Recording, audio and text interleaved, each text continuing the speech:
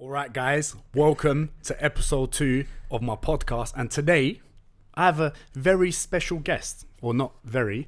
I knew you were going to take it down a bit. Do you mind, please? I'm talking. This is my podcast, all right? We've got Siobhan O'Hagan here. Nailed it. She's got a blue tick. She's in the fitness industry. And today, we're going to get to know her a little bit. I'm freezing. Do you want to say hello? I am absolutely honoured to be your first guest. Aye. I really enjoyed your first podcast, and when you said you're going to have some exciting guests, I really wasn't expecting it to be me. I didn't even pay her to say that, so I'm absolutely buzzing. To be fair, we're on an island, and there's not many other people you could have asked. No comment. But before we start talking about you, I've got a question for you. And I might make this a thing now. I need to know your Nando's dish. Do you guys have Nando's in Ireland? Yeah. Oh God, I can't even remember. What did I get last time? Just halloumi. No, I like. Go on. My friend was eating. I just get the butterfly chicken pitta. When I was on prep, I used to go to Nando's all the time. Chicken pitta because the macros are on my. So you don't. Well. So hold on. Double chicken pitta. You don't get peri chips. No. Get out. Get out. All right. Cool. Okay. Tell me a little bit about you. So where do I begin? Begin with where you're from. Okay, I'm from Swords, Dublin, Ireland. Ireland, stand up. You love the Irish. I love the Irish, man. I've been teaching you. You've been... Yeah, I'm getting there. I don't think I've got it spot on, but it's kind of getting there. I've been teaching him how to say, I love the Irish. He's been practicing this all week, okay? Oh, okay. On will Calda come ag dog the... Ag dulgadee. Say that again? On will Calda come ag dul the Alaris. Nailed it. Yes. Nailed it. Does that mean I love the Irish, yeah? Yeah. Are you sure? Okay. Anyway, more about me. So Go. Yeah. So where did I get studied maths? I was like, I don't know. I was kind of like a smart kid, kind of cheeky in school. Got suspended, but I was kind of under the impression that when you're a smart kid, you're like, right, you're going to be rich. Yeah. I thought that was just a given. So when I was choosing what I wanted to study, I ended up deciding to study maths because actuary is one of the highest paid jobs in Ireland. Yeah. Do you know what an actuary is? No, I don't. So it's I was like, yeah, not in my head. What's that? It's the guys who kind of calculate the death rates of insurance premiums and stuff. So the chances of you dying. That's what you wanted to do. Well, I just knew it was money. So and that's all I knew. I was like, yeah. I thought that was what your goal was. You go to school, you study hard to get a good job. To make money. Yeah, that's fair. And then you'll be happy forever. Yeah, I get that. So I did that. I mean, I scraped through. The problem is I went to college and then went on the piss for 3 or 4 years. Do you have a good time 4 there? years. Oh, so much fun. Yeah. But then I kind of barely scraped through the degree. I saw people who did really well in my degree and they were struggling to become actuaries because you have to go and do professional exams. So I was kind of panicking. I had a real strong interest in computers. So I ended up working in a financial software company who made software for pension administration. So this is before you got exciting. into fitness. No, I think I was always into fitness. I always kind of did a bit of running. I always struggled with my weight. I used to just run and pave the pavements. To try. Were you overweight when you was a kid, or were you? No, I was never very overweight. There was times after the 4 years in college where my friend was like, "Do you want to come to Weight Watchers with me?" And I was like, "What?" I was like, "What? Do you need some moral support?" Or and she was like, "But you weren't like some of those people that were naturally lean, naturally slim." No, not naturally. That was me as well. Yeah, no, I just was always I liked my bits of chocolate, and if I had a few pound, I'd go and buy 10 packets of crisps. Don't you reckon people that kind of struggled with that as a kid with kind of weight end up making you a better coach because you have a better understanding? Yeah, no, that's 100% one of the reasons I think I've got to this point is empathy and understanding that struggle that people have. Some coaches, they're lean, they get even more lean, become a PT, and then they're like, why aren't you sticking your macros? Yeah. That's what you do. And you're like, but I understand, I know that feeling of I really do want to change, but I also really want this chocolate right now. Yeah. I kind of get that, and that's the mindset side of training is the reason I think. I mean, that's the part I love. Yeah, I didn't even when you first get into fitness, when you start weight training and all that stuff. I didn't even know about calories and that, man.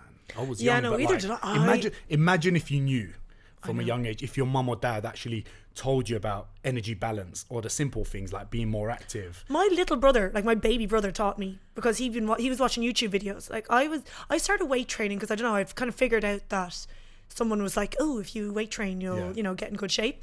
And I was like getting really strong. I was like deadlifting 140, and I remember being like turning to my little brother and being like, why am I skinny yet? I thought like strong as a new skinny. So does your brother get a percentage of what you make now? Because I feel like you owe him. No, he's smarter than me. He actually went and got a good job and made loads of money. What do you mean, man? This is a real job, man. We're helping people out, man. So he was like, do you want to be, he's like, yeah, you're strong. Do you want to be a bodybuilder or a powerlifter? And I was like, straight like that. I was like, what do you mean? So did you, so is that that's how you got into fitness? That's how I learned about, I suppose, I kind of was like, yeah, I suppose I want to be a bodybuilder. At that point, I didn't mean anything like competing. He just meant, bodybuilders train to change their body composition, whereas powerlifters train for strength and, to hit numbers. So that's, and thing is, he had learned so much off the internet that we were never taught, so then I ended up going and doing a PT. Well, I was kind of a bit lost. I'll go back to my little life story, but I was, working in financial software. I had done a couple of summers working in Portugal, and I was a bit... Was your fitness like your escape from like your job? Like I loved going to the gym. It was always a struggle though, because I was also still a big party animal. So like, it was like, I'm training hard. It's only the weekends. Why am I skinny? But realistically, and this is where the maths come in, I was like Friday, Saturday, Sunday, I realised it's like 42% of the week. Yeah. So like I was getting up. Quick maths. Yes. Go on, Siobhan. Let's go. Just work that out right there.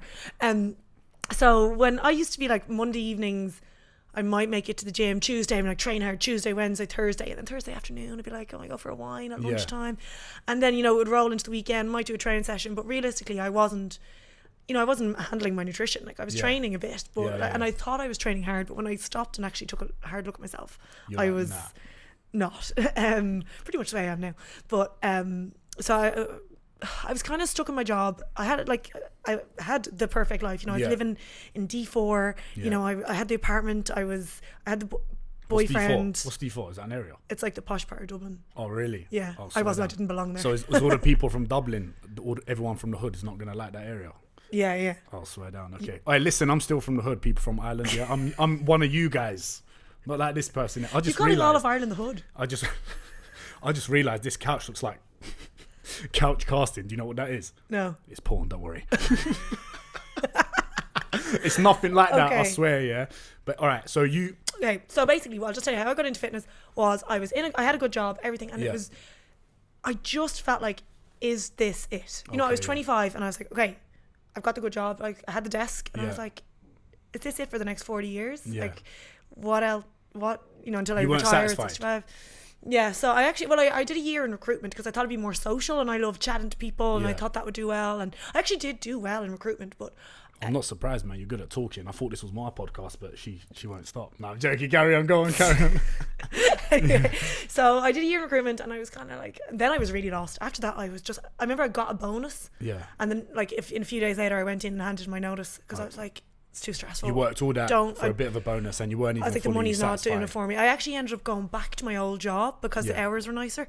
And the funny thing, like, I didn't really intend to get into fitness. I kind of said, if I go back into my old job, I'll have time to study something else. Okay. Yeah. But really, I was kind of embarrassed because this career ladder that everyone's supposed to be on, you don't go back to your old job with your tail between your legs. Yeah. So I was like, I'm actually going to try and get a career in fitness. But like, to be honest, I never really thought I would. But then I started Instagram and I kind of was like, I got my ass in shape. Like I really started training and was it the pressure of like kind of getting followers?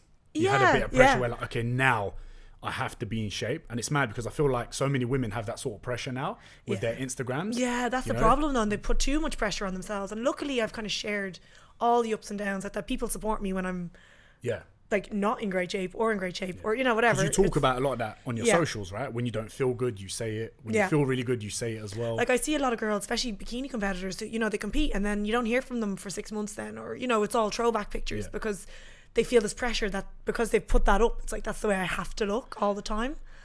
And you competed. Yeah.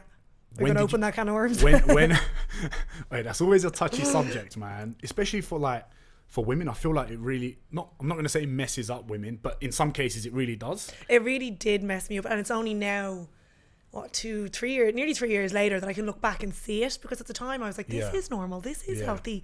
I was actually trying to show that competing could be done healthy. Like I was trying to show that you could travel and that you could, eat Nando's, if you're just smart about it and track your macros and you have a good coach. And I cruised into stage. I remember having an Indian 2.5 weeks out, and for real, I was like, did you do well when you competed? Yeah, I came second in the tall category, which I didn't even do beginners. I went straight into the tall category. Jeez. I was like, so you got that plastic medal? It was a full trophy. God knows what that I'm joking. You know why I say that? went Because some federations, right? I've been to a couple, right?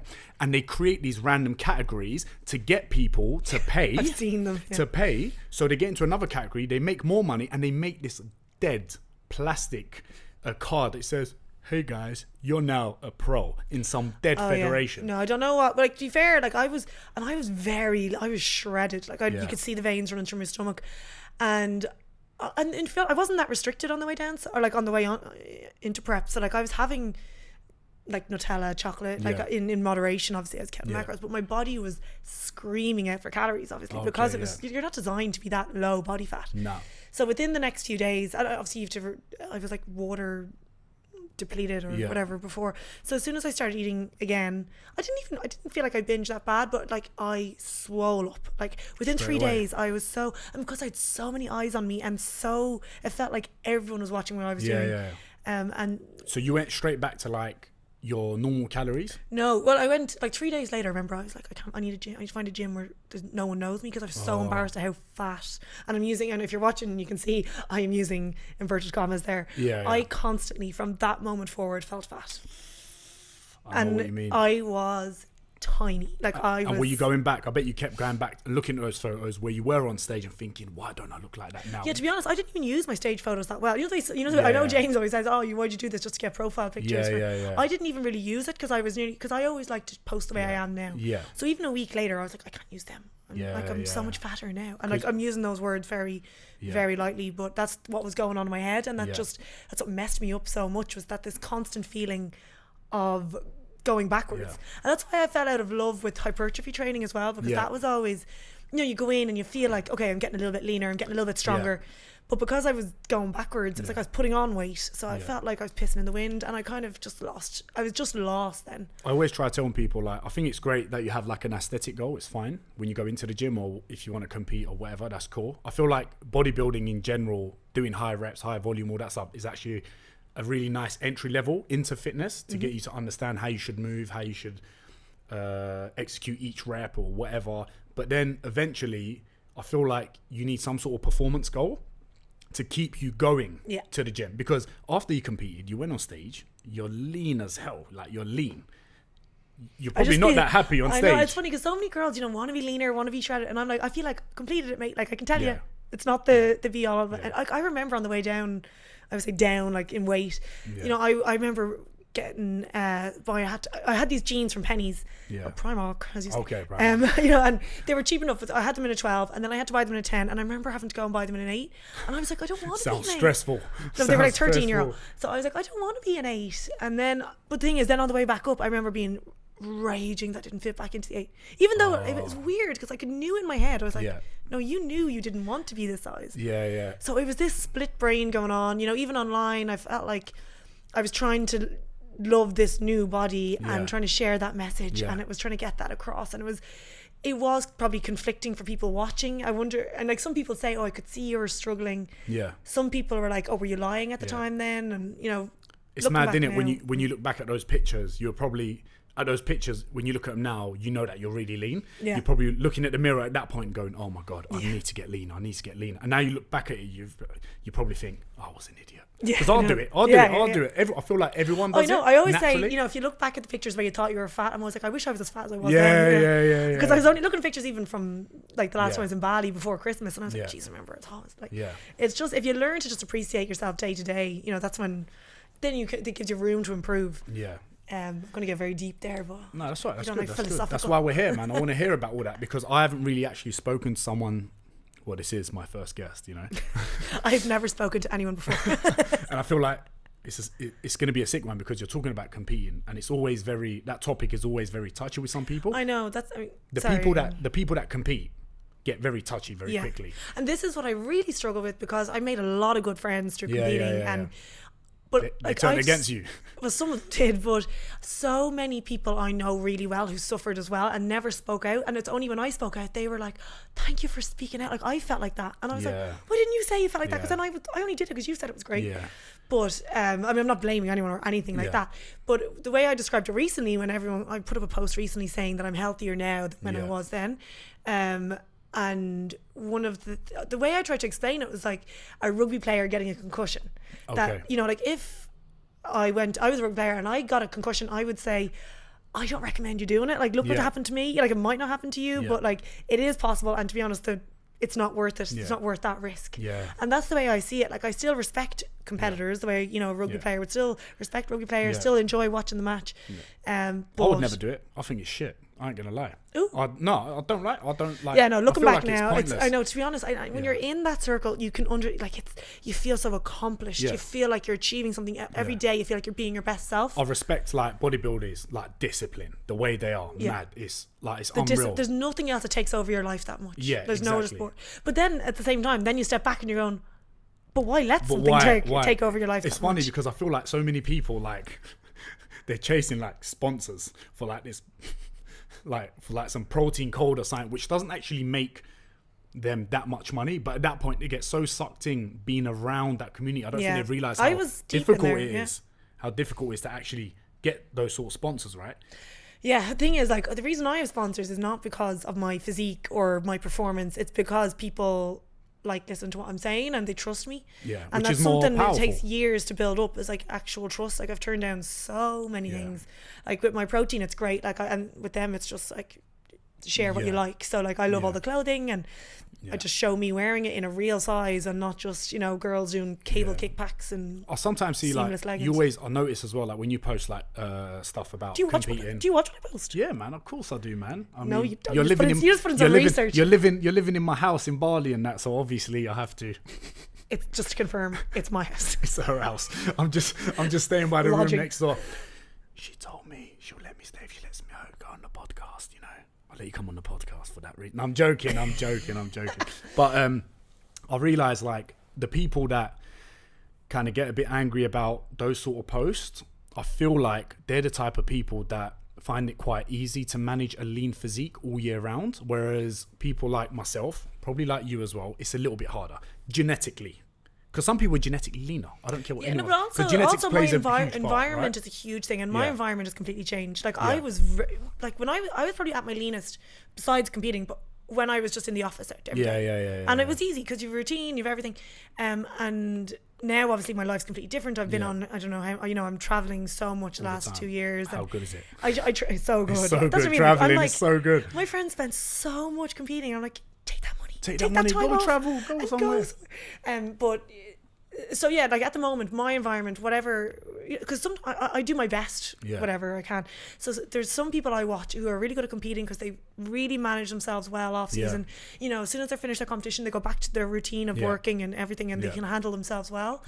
But that's not everyone. Like I feel like that's the exception to the rule, and what I was more of the norm. I see so many girls coming to me stressed about wanting to change their body, and like I just love to try and calm them down a bit. Because it's not that big of a deal. People don't realize it's actually quite easy to get into shape as long as you do the right things. You just don't go too extreme. I know. My clients are sick of hearing this, but consistency over perfection. Because I do think that aim for perfection puts too much stress on what we're doing. And I think if you actually, like, if you just stop tracking macros, like I remember the first month I decided I'm not going to track macros for the first time in years, and I was terrified because the only other times I'd done that was like holidays and Christmas, where I'd always gone wild. And I was like, no, I need to learn to trust myself. And I went and I still kind of roughly tracked, and I realised that if without weighing myself daily and without checking measurements, like things just kind of balanced out. They do, because a lot of the time, you know, when like kind of we promote like count your calories, whatever, all that stuff, when you get people on the other end get pissed off saying it causes too much stress and whatever, the reason I say to my clients, probably you the same, to get people to count their calories is so they actually learn about what they're eating and create good habits, so later on they don't have to. Because you don't want to count calories all your It's life. all about awareness. Like that's what and with everything in life. I'm like, if you put context and more awareness in any situation. Yeah. You know, because some people, you know, they might come to me. I'm like, no, you probably shouldn't be counting calories because they're like obsessed, and they'll be like, oh, you know, yesterday I'm after eating 200. I had 2 nuts and I'm panicking, and I'm like, okay, Joe, maybe you need to take a little step back from scales and measuring, and you know, just roughly count. Like, you're not going to accidentally wake up in the morning. I've said this on a post. I feel like people that in their personality that are quite obsessive kind of get like that. And I don't think it's got anything to do with the calories, counting the calories. But anyway, I want to talk about social media. Tell me what you love and what you hate about social media. Let's start with you. Start with whatever you want to start with. Go on. I love social media. Has like changed my life. You know, like it does get an awful bad rap. And I do think once you're following the right kind of content yourself, you know, people that aren't bringing you down, who you have on your feed and stuff. Yeah, right? Like I think it is fine. Like I've unfollowed a lot of perfect bodies that I thought were motivating me when I realised it was actually making me feel like crap. I'm sitting right here, man. Oh, you did say perfect bodies. Maybe it's not me. Yeah. Well, you don't worry. I'm still following you. You just made the cut. No, to be honest, I've met so many people through like you. Yeah, through social media. You slid into my DMs. I didn't. You slid in. Sorry. You slid into my DMs. Don't even try it. And I don't blame you. You're only human. I did not. I followed you because you seemed like good crack, but you know, and then I just stuck around because you had good content. But. Yes, as long as I got good content, Anyway, no. Social media, great for meeting people, great for, you know, networking, educating as well. Like the internet is such a like amazing thing. Like you obviously get, just like anything, you get shitty parts of it, but who you follow, who you have on your feed is so important. I always like have this rule where I tell my clients and I tell everyone, you should either be following people that make you smile, make you laugh, educate you, and Diren. And family. And Diren. Oh yeah. But and if your family, you know, you just put them on mute, they will never know. And you can also actually restrict their comments if you don't want their comments on your profile. You've muted your parents, is that what you're saying? No, not my mum and dad. No, never. That's how I get my engagement up, man. My mum's always posting love hearts and stuff on my posts. That's my mum doesn't follow me, but she actually does. She watches. She in does. The dark, in the dark. She watches. She'd be like, "Are you okay?" And I'm like, "Yeah, why?" What? And she'd be like, I know it's if I haven't posted anything all day. No, social media has been very, very positive if you're in the right mindset yourself. Like there's sometimes I can get a bit worked up, or you know, if someone's coming at me, I can be like, and I feel like the whole world is closing in around me. And then I'm like, trolls. I just need to turn off. I just need to sign out, and then I look at the real world and be like, okay, it's okay. Don't you have fun though when you like? You know what I tell trolls? Yeah, I'm like, you made a bad mistake. You're trolling a troll. Yeah, I'm gonna come get you. No, to be honest, I would not troll you. You come back. I'm like, I'll just block and delete. No, like to be honest, there was a weird Does thing it affect going you? on. No, I think I'm in a really good mindset. Like okay, I think if you're working ethically, what you're doing is the best you can, and you know that whatever someone says to you. Like, you know, if you're hiding something, or like if you're selling a plan and, you know, selling dodgy supplements, then you can be on edge because someone's going to call you out, you know. Someone's going to find out eventually. But if you're working ethically and, you know, in line with your own morals, like I'm not saying your morals are right, you know, your morals, but if you know that you can back up whatever you're saying. Yeah. But I think either way, like we're human. So there's going to be, like there's times where there's people that message me and I get triggered. And it's funny because when people either message me or even message James on a comment, we tell each other the exact same thing. They're like, you know, they're just looking for a reaction. Yeah. And we say it to each other. We know it, but you're human and you react. Yeah. You get angry, you say stuff, and then you realize maybe an hour later when you're just chilling with your friends or whatever, you're just like, I wish I didn't that was so that. pointless. I know. That was so pointless. I shouldn't have even replied. Sometimes I feel like if someone criticizes me in some way, I'm always worried that they're gonna, or that everyone's thinking that. Yeah. You know, they're like, oh. Yeah. You know what annoys me? The sheep annoy me. Oh, the people that like the comments. The people that like the comments. You know what I do? Just get ready, for people listening. I block block straight away. If I see a neggy comment on my post and I see you like it, you're getting blocked. Yeah, because fair enough, like the person who posted it, I'm like, you're brave enough to post that. Yeah. But it's the people who like these neggy comments. You're like, oh, that's weak. That's the sneaky ones. Yeah. They will never say it. They'll follow you. Yeah, they're waiting. Yeah, exactly. It was a weird. There was a weird kind of environment in Ireland maybe 2 years ago where there was like this page that came out to call out fitness people, or no, it was more bloggers in general for yeah. kind of like sponsored posts and not declaring it as sponsored and everything, and and that's the way it started. But then it got vicious. So like someone, you know, it became, to be honest, I didn't get that much of it because I wasn't really doing nothing wrong. You know, I was putting sponsored athlete on all my posts and everything. Like one time I put up a post about me doing hip stretches, and like nothing about my protein. I just happened to be wearing gear. Like I was talking about how my hips were tight and I was doing exercises. And this got sent onto this page, and like I always say, like, just report it to the ASAI if you think, you know. But the problem is the comments that come in that everyone's like, oh my god, yeah, she did this to me and this and this, and like some of it was just blatant lies, and everyone's like, ignore it. But at the same time, when you want to, when things are lies, like someone was like, oh, my brother, she went to my physio and said she wouldn't pay, she's going to post about it, and I'm like, I've never been to a physio. And like you kind of want to get back in and speak, and you want to stand up for yourself, but at the same time I'm like, there's absolutely no point, because these people aren't going to go, oh, sorry about that, you're right, you're actually an okay person. There's always going to be keyboard warriors, and even like recently all the shit that's happened, do you know what I mean? It's like you got to speak out, but you got to ignore what people say, and we have to understand that there's always going to be those sort of people, but it's a tough one, isn't it? Thing is, I've learned so much about psychology. Like that's just something I'm fascinated with. I just read about psychology and human behavior and everything, and it makes it so much easier now. If someone comes at me, I'm like, you understand why? Oh yeah, like, you understand why. You observe that person. But they don't. Do you know the people that come at me? You just look at things from their point of view. The people that come at me, man, I'll just message my smart friends. They find their addresses, their Facebook, email. I'll look into them. Yeah. And then I'm like, there's no point. There is no point at all. Or, you know, because I have this person who's been setting up accounts for years, and I just keep blocking them. Just keep for real. I mean, they used to on Snapchat, and I'm like, I wonder, it gets vicious. Like she's sending me emails from fake accounts. Oh, for real. And I feel like she's in, like she has to know me because she knows so much about me and remembers things from years ago. And I just want to find this person and give her a hug. Probably someone in school, like you might have took her boyfriend or something in primary school. Shifted her boyfriend in 6th class. But, Joe shifted? No. But hey, you know what? Yeah. How many minutes are we in? 27. We're 27 minutes in. You haven't done your Irish accent yet. Listen, it's mad. I've got this one person. Yeah, keeps sending me emails. She's kind of stopped now. She keeps commenting at me about my grammar, man. I mean, I'm not surprised. Here we go. Was it you? Is it you? Shitwagon at 99 at gmail.com. I always reply back, listen, you don't speak 2 languages. She said she did, and I was like, fuck you.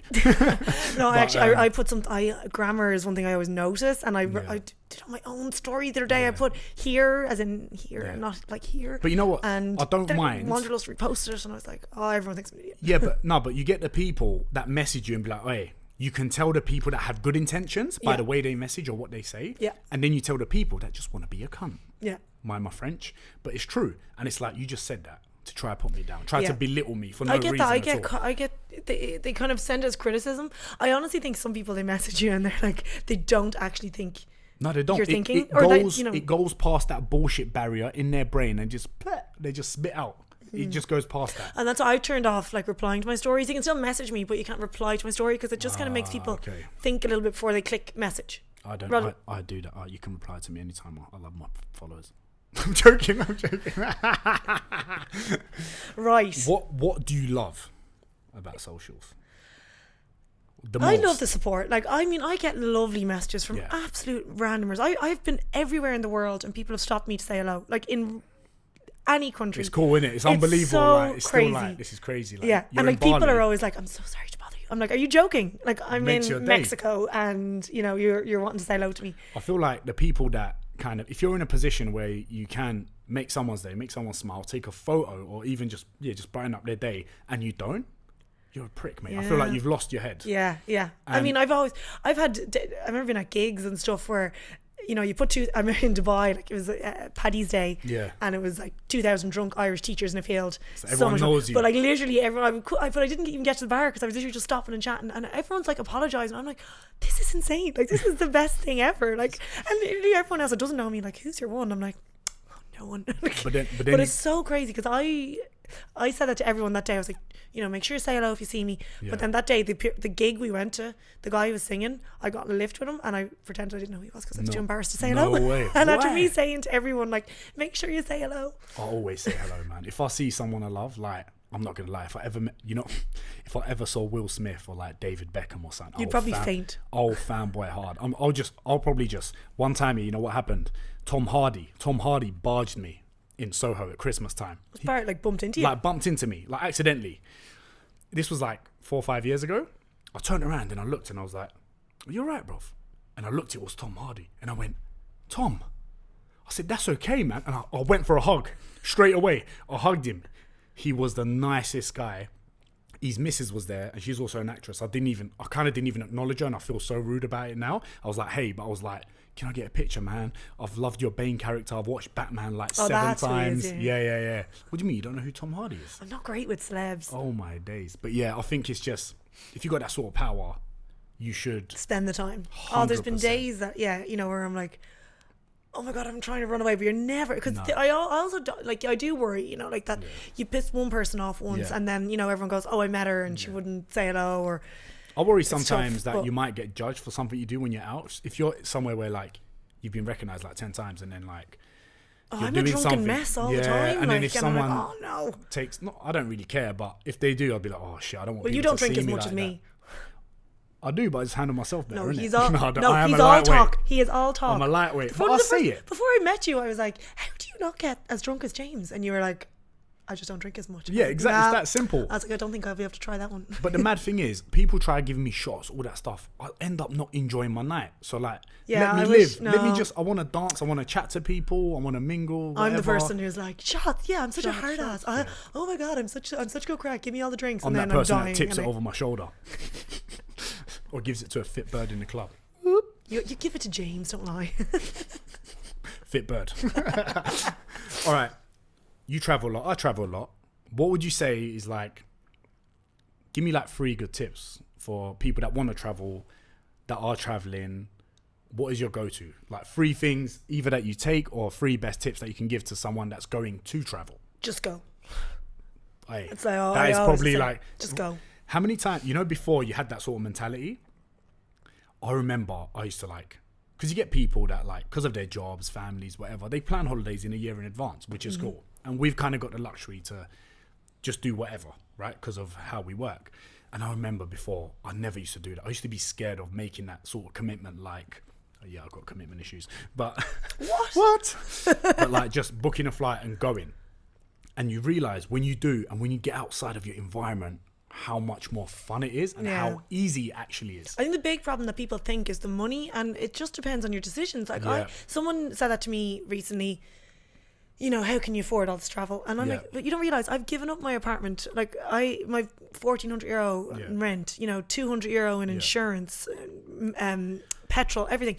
I was like that 1 month would pay for a month for me in Southeast Asia, and it looks like, oh, she must be living the dream. I'm like, I've just make different choices, and obviously I have developed my business around, like, because I really knew what I wanted. I wanted this freedom, built my business around that way, and made decisions to make this happen. But it's not like, I think people think I just won the lotto and then was like, oh, I can just do whatever I want now. But it's years of making these choices. I'll tell you what annoys me is when I get friends, right, that spend thousands of pounds in clubs, right, spends thousands of pounds on dumb trainers. I didn't do that much. It wasn't that much I spent. No. But if you can afford it, cool. Or even, you know what, thousands of pounds over the year on drugs, and then come and tell me, not tell me, but like kind of, like when they talk to you, your closest friend. Well for you. Well, you're doing well, aren't you? Oh, you travel so much. I'm like, bruv, if you didn't spend that much money popping a champagne bottle at Ocean Beach Club, then you would be able to go do the same thing. That's probably one of the things that tick me off the most. And it's always like your closest friends, man. Have you realised that? No comment. No comment. Oh, yeah. Well, not that they're going to listen to your podcast. What do you mean? You better do a swipe up to this, How much pain? #ad. Traveling. The other things I'd say is like solo travel. Like a lot of females I find are my age, early 20s, and no quick comment. math.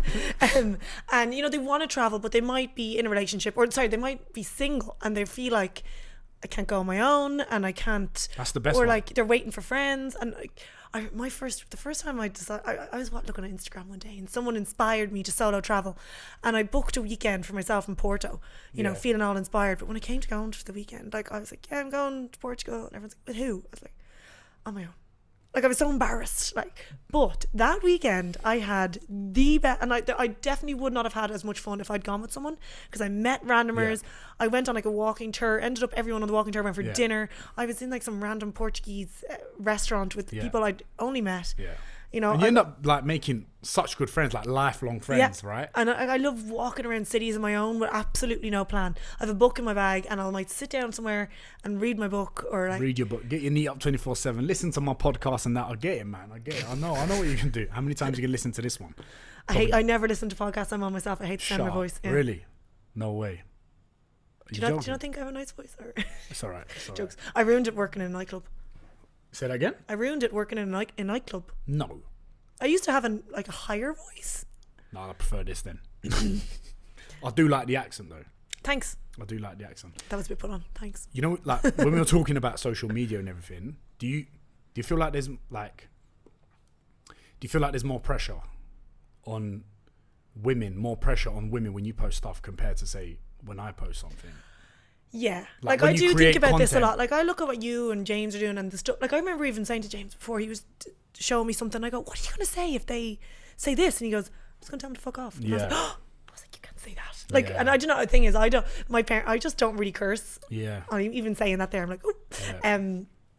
But I find that I find that women can't express themselves the same. They can't be as cheeky, or they can't be as... Or you get judged. Which is kind of I bad. don't know. Yeah, and it's women. It is. It's a weird thing. It's something I've noticed, that if you become too big for your boots, or you become too, like, I feel like they'll support you on the way up. Yeah. But when you're there, it's a bit different. Like I do think the posting has to be different. Because I mean, I'll post some dumb shit, man. I'll say some shit that I'll probably, maybe if you did it, maybe you won't be able to get away with it. Like yesterday, I posted a picture with a thong on my face, made a joke about coronavirus. Yeah, I was too afraid to mention, because I was in Mexico when the coronavirus was kicking off. I was drinking lots of Coronas, and I was like, how many jokes could you make? But you can't. And I didn't. It's and I'm like, I'm too. I think it's because I've gotten so much kind of criticism in the past, or just unnecessary stuff. But my resolution this year was to just stop caring and be more myself. Like I do find sometimes I'm trying to like write a post and I'm nearly reading it from every different angle and context to make sure that no one can get offended. Yeah. And then, but you know what's funny? You end up kind of greying your actual message. Like you don't really get it out there. I'll tell you, the best posts are the ones where you're kind of nervous before you press the post button. Yeah. I feel like they bang the most. And I reckon if you are like more, not saying you're not yourself, but even more, I reckon it'll bang. Because the people that hate on you or say stuff, number one, like, who cares? Yeah, they're gonna eventually fuck off. You're better off like filtering them out. Like, you know, I'm learning that with the daily emails. Like, I was always afraid of sending daily emails because I was like, I don't want to annoy everyone. But then I'm getting 5 or 6 emails every morning, just going, Siobhan, thank you so much for this email. This really helped me today. And I'm like, okay, that is worth losing a couple of subscribers. Like, those people who are unsubscribing, they're not interested, and that's fine. You're not going to be everyone's cup of tea. The people that unsubscribe. But if I help 5 people a day. Think about how many times, like every time like someone gets an email from you, like you put a smile on their face or whatever, and the person that gets annoyed is gonna eventually unsubscribe at some point anyway. So you might as well get rid of them now. Yeah, like I realize you don't need everyone to follow you, and like I mean I see people who have huge followings with, you know, I always say like for more of an aesthetic reason. Yeah. But they're not even making money because they're not, you know, they don't have any trust with these people. Like, people are following them because they look good. Yeah. Whereas I feel like I might have less followers, but because I've, you know, it's not just about what I look like. It's about the content I post. It's about me helping people. Yeah. It's about helping with their mindset. And well, usually people that, I'm not going to say bodybuilders, but people that are just putting pictures up of their physiques with motivational quotes with like a line from a Drake album or something like that. I don't know why, but every time I have a decent picture of me in a bikini, I have this urge to post it with a motivational quote. I don't know why. I find myself Googling like bikini. I'm joking. And I don't know why. I'm trying to figure it out. Like the other day, and I was like, no. Paul Lima did a funny post about this. Have you seen the video? Brilliant. That is brilliant. That is, I say this to him, I was like, that is his best video ever. No, because I realized that I do that exact thing, and I'm like, why do I feel the need? Because I want to be like, look how good I look today. Yeah. But you can't say that, can you? You get some guy doing some random polls, and he says like a quote, something stupid like "success is in the sky." I don't know. I know exactly. I can picture one person exactly. Like, it's mad, isn't it? But see, you give so much more value to people, as I hope I do too, and I feel like that's why engagement is good. And even if you have less followers, like the amount of likes, comments, and people coming up to you for a photo. And I've seen at Body Power, I've seen like bodybuilders with like millions of followers, and no one goes up to them for a picture. Yeah, because they don't know them. They don't know their personality. They don't really know what they're about. The first time I went, I barely had any followers, and people knew me as James's friend, right? And I was getting more That's photos. still how I think of you. And people like, I'm seeing like people like that I look up to, right? And they're coming for photos with me, and I'm thinking, this is fucking crazy. How am I getting away with this sort of thing, you know? And it's cool. And I guess like what we share is valuable to people, you know? Yeah. Much better than just a photo with a physique. Not saying there's anything bad with that, but I'm just saying it's more valuable. And the people that engage with you are longer lasting. And what I struggle with Instagram now is that like I'm kind of a little bit more about performance and, you know, find like doing Muay Thai, and I love it. And I love watching videos of myself doing Muay Thai. Nobody else How long cares. have you been training that now? Oh God, I started maybe in like October 2017. Yeah. When do you reckon you'll start getting good at it? Oi! I always banter Siobhan in the classes, innit? I always banter her. Did I take you to your first one? No, I did it in Thailand for ages before I knew you. Yeah, but then you got And then better. I was in Bali MMA, and then you came along. And then you realised Bali is like way better than Thailand. It's so funny because I had decided I was going to go to Bali, but I didn't know anything, and I knew you'd been there. And I remember messaging you going, "Where's good in Bali?"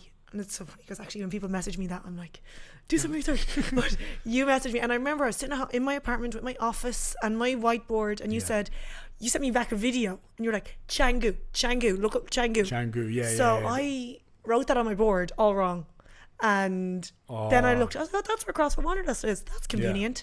Yeah, I think it's probably And the the best rest is place history. like to stay in Bali. You got a mix of everything where you can train, do your work, good mix of people, you know, and it's like I love traveling, but I also love my routine. Like I find feel so at home that since I've been back like 10 days, maybe 2 weeks, I've just my routine. I'm training, I'm eating well, I'm happy, I'm calm. When you're traveling, I feel like, you know, when you're at the airport, you just get a little bit more inspired, didn't it? You get all these ideas in your head, a bit more motivated, and that's great. Doing that from time to time is great, but eventually when it comes to good habits and routine, it's actually king, right? If you want to progress. It's funny because now I see like what is a holiday to me. So I went away with my family to South Africa for 2 weeks. Yeah. And it was like the holiday of my dreams. Like that was my life goal. Did you take your family out? Yeah. You paid for them? Yeah. Right, that's cool. I want to do that one day. It was... Well, one day when if I get a blue tick one day, and I'll be able to do that. How much did you pay for your one? I got it so long ago before you could apply for it. I was at Ultra and I was drunk and I looked up my phone. I swear I was at the same Ultra. Yeah, I think we figured it out. We were both at the same Ultra. Yeah, but in Croatia. That was when you were nobody. Good times, yeah. Jokes. Still am. No, but on that holiday, like we moved around a lot. We did all the touristy things. Like I didn't train. I was eating and drinking. You know, like me and my sister just went for drinks in the morning because we could. And I really enjoyed it, but I was craving my routine in Bali. I don't know why that is. Like I wasn't like I used to get to a point where, you know, if I put on a bit of weight, I'd be nearly panicking, but I wasn't really. I was like, no, I know how to do this. It's not that. It's just I felt on edge, and you're packing up. Like I've lived. So then I went, and then I was like moving in a suitcase nearly every day, and I couldn't wait. But that's because you love what you do.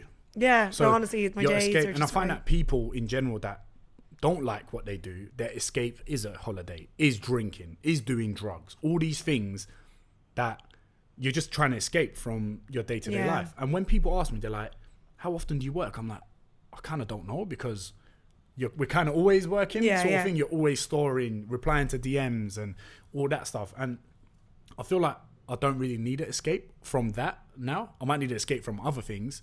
I mean, we all have our problems, innit? We're not fucking... I'm definitely not fucking perfect, I'll tell you that. But like... No, the thing is, what I say to a lot of people is like, when I'm kind of encouraging you to make changes, it doesn't mean like quit your job and go traveling.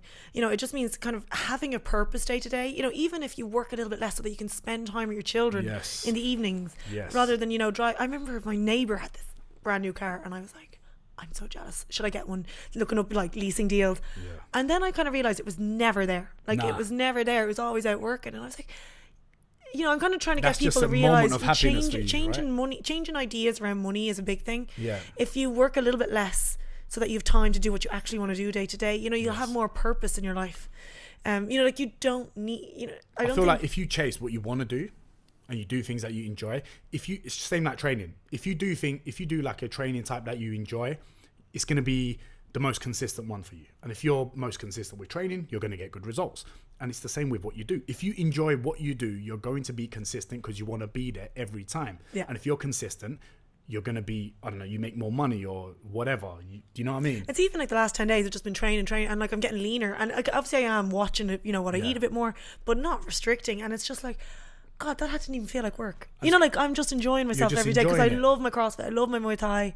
And it's just like, oh yeah, enjoying the process. And then it's no stress. It's like, yeah, if I do want to have a pizza now, I'll have it. But like, because I've got such a good routine, it's just finding what works for you. Exactly. The same with your work. Like you Same need to with the find... work. And when you do buy, like, if you wanted to lease that car, if you wanted to buy expensive trainers or whatever, and if that is the only thing that you're working for, it's just a moment of happiness, man. And it just literally...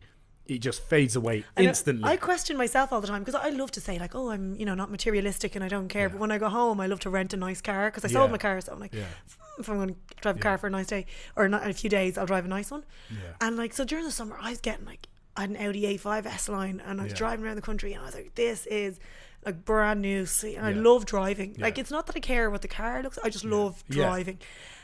And then after like a couple of days, I'm kind of like, yeah, you're over it. Like clicking it, like, oh, much prefer my moped here. It's like, imagine I bought that. Yeah, you're over it within a few days. Yeah. I love my moped. Yeah, like, moped's just good that around here, feeling of driving around. Does it cost like $2-3 a day or something like that? Makes like, me I think I happy. pay like €4 in petrol a week. That's mad, isn't it? How good is it? All right, listen. Okay. Have you got any funny date stories? No. What do you mean? You must have something, man. You ain't got any funny date stories? I don't know. I don't really go on dates. What? Hey, listen, any man them out there, if you're traveling through Bali, listen, hit me up and I'll do a little valuation thing in it, and then I'll forward you over the CV to Siobhan. Look, they're not going to be lining up. Like, I can do my own evaluation. You never know. Hey, I reckon there would be. I reckon, but you ain't got no funny date stories, no. Well, not that I can speak about. I know what she's talking about, but I can't say it. I can't throw her under the bus. Just wait for the 3rd episode. I'll do one just on that.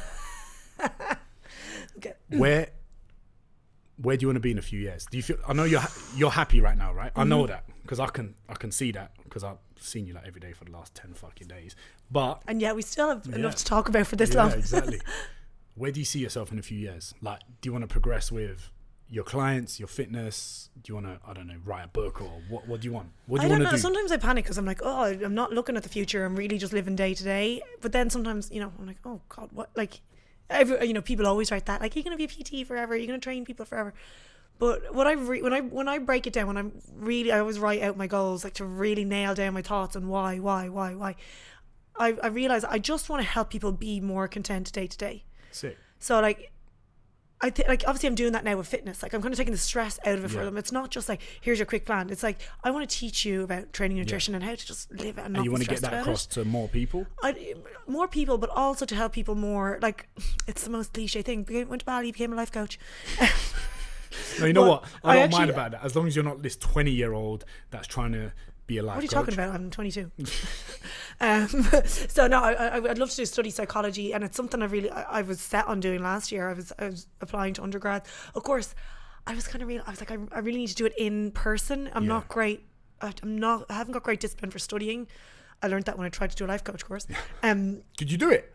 No, I didn't finish it because I had no discipline for studying. Anyway, so I didn't do the degree in psychology yet. I kind of focused more on the business. But it's something I might do. But then, I've talked to people who've done it, and I don't know. I just think helping people be more content, because I'm very content. And I don't say like, oh, be happy every day. It doesn't mean every day is perfect. It's just being able to have the mental capacity to deal with everything that happens day to day, and to, just be able to think rationally and calmly. And like, I always say, like, my days are pretty boring here, but like, that's perfect. That's perfect. Perfect, boring in a good way. There's no drama. There's no... There's highs, but it's not like, woo, crazy stuff's happening. It's just like, you want to get that message across to as many people. Just want to help people be content. Nice. Who's your favorite people to follow on Insta? James Smith. Oi! Get out! Jokes. I followed you first, didn't I? You did follow me first. Yeah. You did follow me Like first. I saw this. I was like, Irish who's blue this? tick. I was like, Irish blue tick. I was like, who's this? Who's sliding in now? Yeah, no. I did you a big favor. I didn't even know her, right? She said, Diren, can you do me a favor? I need some stuff sent. I need some stuff over to Bali. Could you put it in your suitcase for me? I haven't even met her. I was like, you know what? Why not? And then we became friends. Yeah. And now you're staying in my house, so we're all square. Yeah, we're all square. Who do I enjoy following? The thing is, I don't actually really. You just watch your own stories like me. I can hear you in bed every night watching your own stories. No, I don't follow too many influencers, like besides people I know personally. Yeah. I don't really care what everyone else is up to. I'm sharing what I do, and I'm trying to think, like, I love seeing what my friends are up to, but unfortunately I actually follow so many people that, like, I don't even see what my friends are posting half the time. Yeah, I know what you mean. I do like to follow people who kind of use the science, who are confident in what they're saying. They're not, they're not really selling anything. They're not. I'm trying to think if there's anyone in particular. I'm terrible. Like, I don't. Yeah. Whose story do I watch every day? Mine. That's probably because you think you're in it. Like, I watch mine like 6 times because I love watching myself do my tie. You know what, people, sometimes people give me shit. They're like, how are you watching your own stories? Because you're being creative, right? And it's your content. And I just think it's so cool. Every day you're kind of making a movie that so many people are watching. Do you ever do this, right? When you watch your story and then you see someone's watched it and you have to watch it back from their point of view? No, I do that. Like I see some fellas watched it. I'm like, oh God, I need to go back and watch and see what he's seen. Like, even though I know what's there. I like to see people living differently. I like to see people, and I like to see people who are just happy. Yeah. But I've watched people. I've friends who are bloggers now, and they blog about having their kids and having their gorgeous home, and I love watching that as well. But it's different, and it's like, as long as they're happy. But do you want that? No. Do you ever want to get married?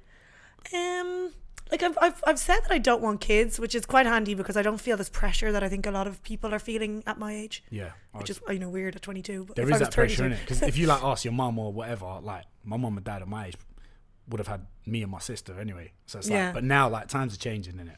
Yeah, like I still feel really young. I'm actually 31. But over here I feel like everyone's like the same age. Like everyone's kind of living people that travel, I feel like they're not on that same they're not on that same they're a bit more of a free spirit, and when you're around more of those people, it kind of encourages you to be a bit more like that. Yeah. Do you know what I mean? Like to be honest, my day to day, I'm so free. Like I've jumped around so many different countries the last month that I'm like, how could I settle down? Yeah.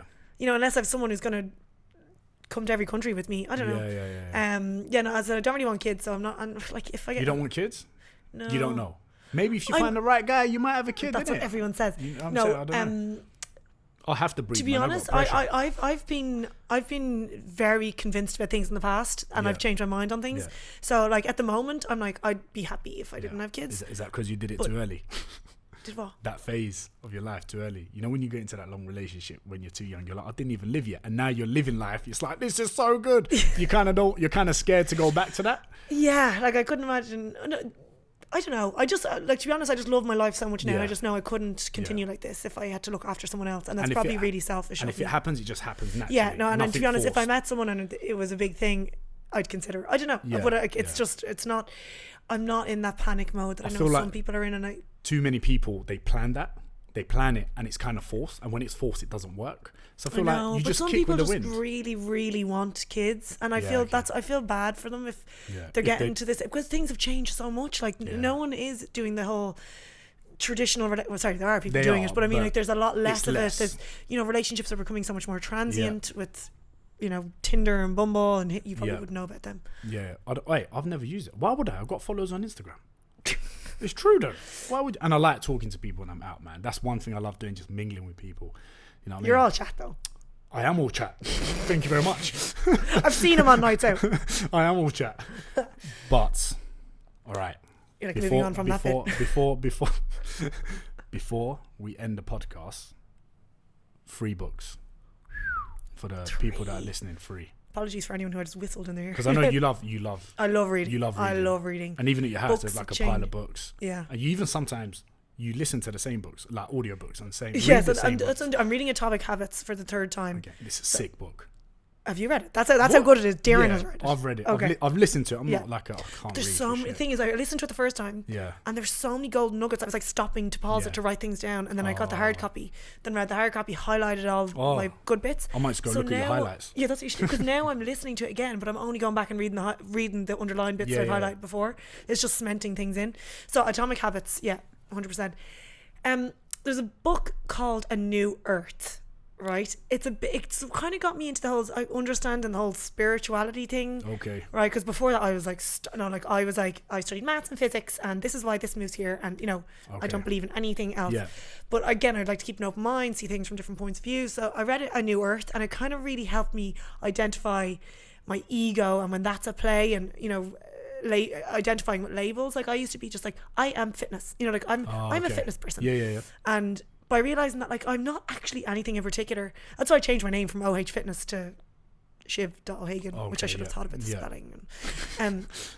So, A New Earth, highly recommend it. There's also a podcast to go along with it. Okay. Oprah does it with the author. So that's one. That's two. That's two. I know maths isn't yeah. 3.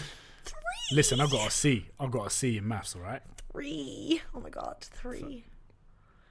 There's so many good ones. One of the biggest ones that affected me. The thing is, timing of books are always important, because like if I read something now, can I guess it? I doubt it, but go on. Is it Subtle Art of Not Giving a Fuck? No, I didn't like that. What do you mean, man? That was a sick book. That's such a basic. It's not a base. I'm a basic bitch, innit? His second book is 10 times better. See, I heard the opposite. 10 times better. Well, from someone who likes to read, his second book is amazing. I like to talk. Okay, number 3. It's gonna be so cliche. Tony Robbins, Awaken the Giant Within. Here we go. No, I'm joking. I've never read it. It's one of these ones. It kind of helps you with it's kind of like helps you with how you speak to yourself, like NLP, neuro linguistic programming. Helped me set goals, like, and I remember whatever way it did it, and I followed all the things in it. Like I wrote down, like it was, sometimes it says write down 4 goals and you just read it, you don't actually do it. But I wrote down everything, like in a year where I want, and the thing is, he was like, no, it's so old fashioned. He's like, put it where you'll see it every day, like where you wash your teeth. Works though. That works though. Yeah, so I just made 4 emojis to represent the 4 goals, and I put it as my wallpaper. Oh, cool. Okay. And like it's only a while later I was like, I smashed every single one of those. Sick. And it does make a difference when you write down. And I was like, whoa. Yeah. And like it was little things, like it was like a trophy with the competition. It was, I had a number of like money. Yeah. Even though like I was never really money driven, it was just like it made you write down a number. It made you write down and work for it, And have you watched his documentary on Netflix?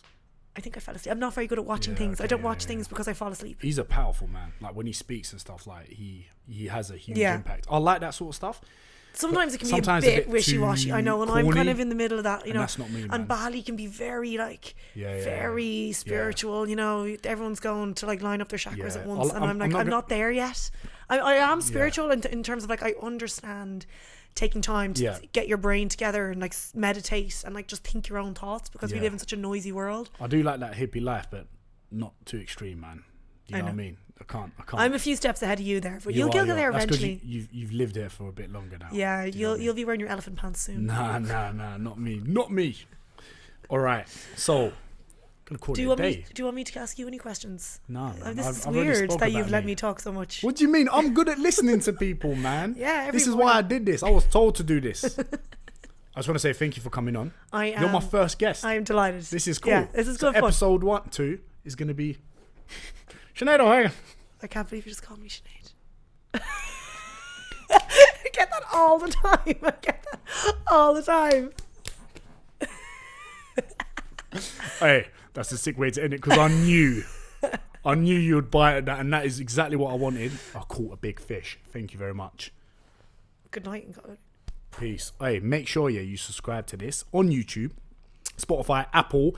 You better share this to your friends, because I'm going to get more better guests. You forgot the part where you were like, and tell everyone where they can find you. You know the way at the end of podcast. No, this isn't no ad life. Yeah, no, I'm joking. Actually, please tell everyone where they can find you, because they're probably going to find you anyway. My website, ohfitness.ie, and Instagram is the go Shiv SIOBH dot O'Hagan, OHAGAN. Boom. Thank you very much for coming on. Everyone, peace and love. See you lot soon. Democracy.